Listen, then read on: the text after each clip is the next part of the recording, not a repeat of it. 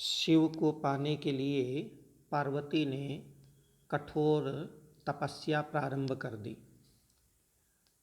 कुमार संभव में महाकवि कालिदास कहते हैं, क्लमं ययौ कन्दुकलीलया पिया तया मुनीनां चरितं व्यगाह्यत। ध्रुवं वपुः काञ्चन पद्मनिर्मितं मृदु प्रकृत्या च ससारमेव च।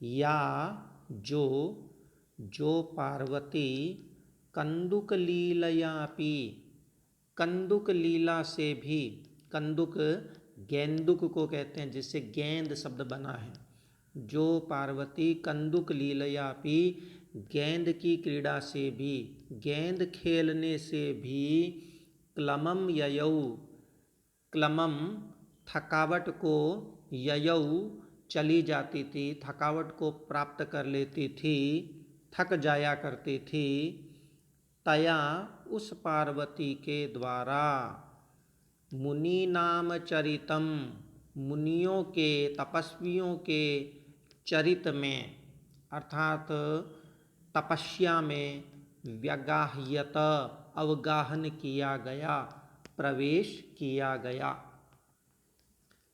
ध्रुवं वपुः कांचन पद्म निर्मितं मृदु प्रकृत्या च ससारमेव च।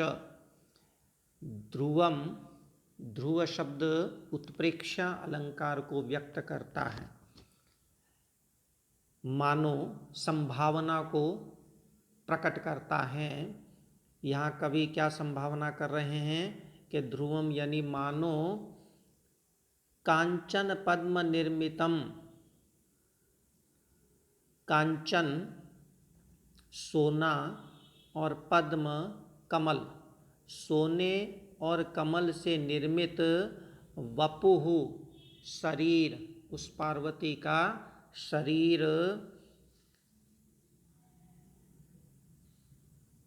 प्रकृत्या प्रकृति से यानी पद्म की प्रकृति से, स्वभाव से, कमल के स्वभाव से तो मृदु यानी सुकुमार था, कोमल था, जबकि कांचन की प्रकृति से, पुनः प्रकृत्या शब्द ले रहे हैं, प्रकृति से, स्वभाव से, सोने की प्रकृति से, सोने के स्वभाव से, ससारमेव, ससार ही था, कठोर ही था। तो यहाँ उसका शरीर पद्म से निर्मित होने के कारण मृदु था, सुकुमार था, और कांचन यानी सोने से निर्मित होने के कारण ससार था, कठोर था।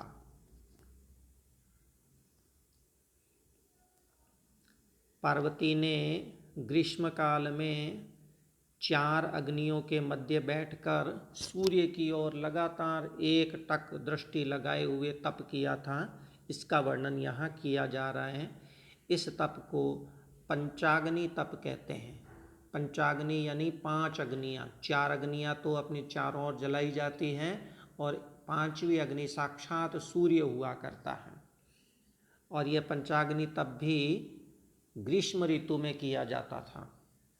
शुचौ चतुर्णां ज्वलतां हविर्भुजां शुचे स्मितामद्य गता सुमध्यमा विजित्य नेत्र प्रतिघातिनीं प्रभा मनन्यदृष्टिः सवितारमैक्षत।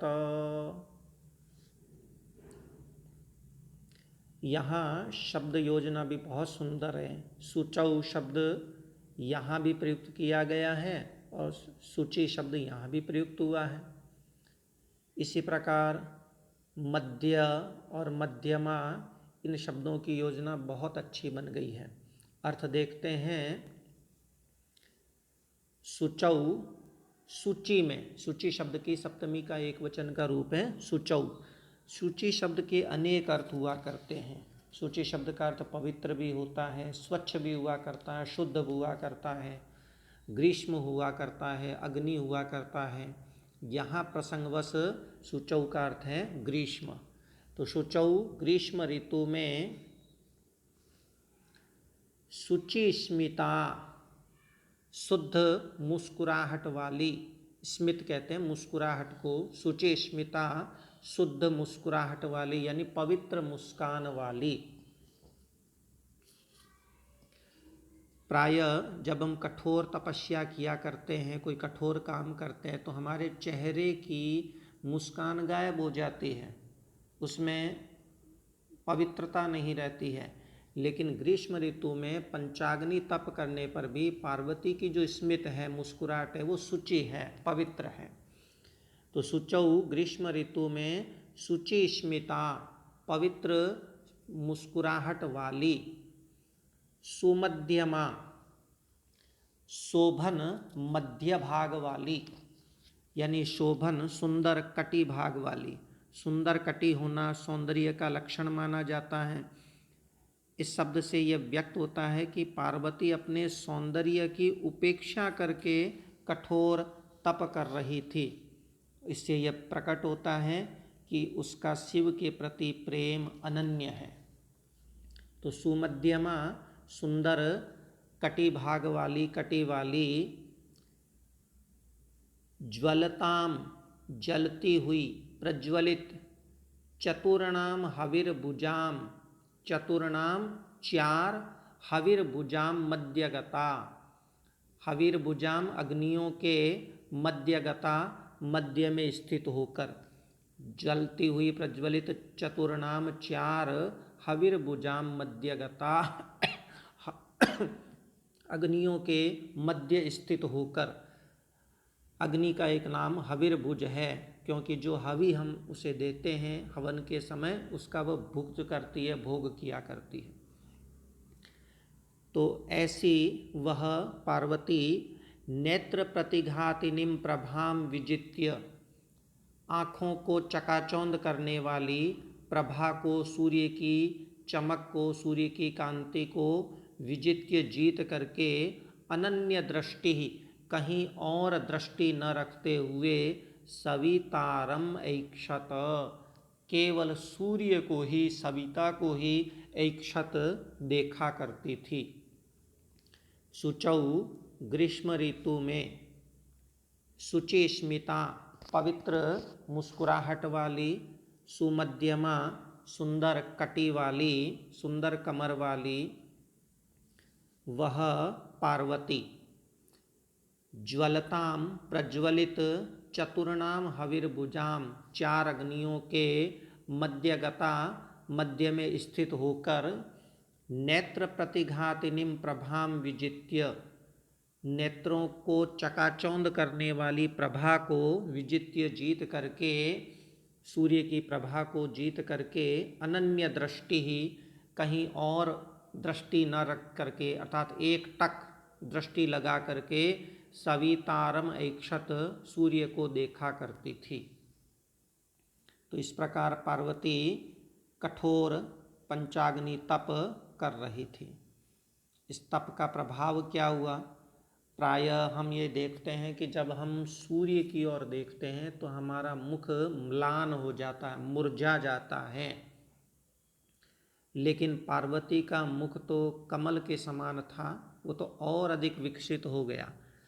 तथातितप्तं सवितुर्गभस्तिभिर्मुखं तदीयं कमलश्रियं दधौ, अपाङ्गयोः केवलमस्य दीर्घयो, शनैः शनैः श्यामिकया कृतं पदम्। सवितुः, सूर्य की, गभस्ति भी, गभस्ति कहते हैं किरणों को, सूर्य की किरणों से, तथा उस प्रकार से, अतितप्तम, अत्यंत तपा हुआ, अत्यंत गर्म हुआ, तदीयम मुखम, उस पार्वती का मुख, उस पार्वती के मुख ने, कमल श्रियम दधौ, कमल की शोभा को, दधौ धारण कर लिया। जैसे सूर्य के ताप से कमल मुरझाता नहीं है अपितु और अधिक खिल उठता है, उसी प्रकार पार्वती का मुख था, वह मुरझाया नहीं अपितु और अधिक खिल गया, विकसित हो गया। अपांगयो केवलम अस्य दीर्घयो शनै शनै श्यामिकया कृतम पदम। हाँ, किंतु एक प्रभाव जरूर सूर्य की किरणों का पड़ा था कि अस्य इस पार्वती के केवल दीर्घयो अपांगयो, दीर्घ अपांगों में शनै शनै धीरे धीरे श्यामिकया कालीमा के द्वारा पदम कृतम स्थान बना लिया गया। क्या फर्क पड़ा कि अस्य इस पार्वती के केवल केवल दीर्घयो अपांगयो हो, दीर्घ अपांगों में, अपांग कहते हैं नेत्रों के कोनों को, प्रांत भाग को नेत्र के कोने को कहते हैं। तो अस्य इस पार्वती के केवल केवल वहीं और किसी स्थान पर नहीं, केवल दीर्घयो अपांगयो हो, दीर्घ अपांगों में नेत्र के कोनों में शनै शनै धीरे धीरे श्यामिकया कृतम पदम, श्यामिकया कालीमा ने पदम कृतम स्थान बना लिया।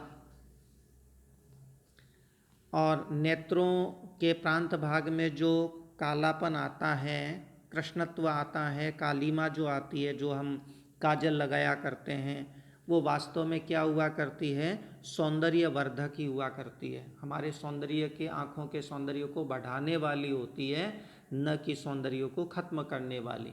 तो उस तपस्या से पार्वती के मुख की शोभा और अधिक बढ़ गई थी।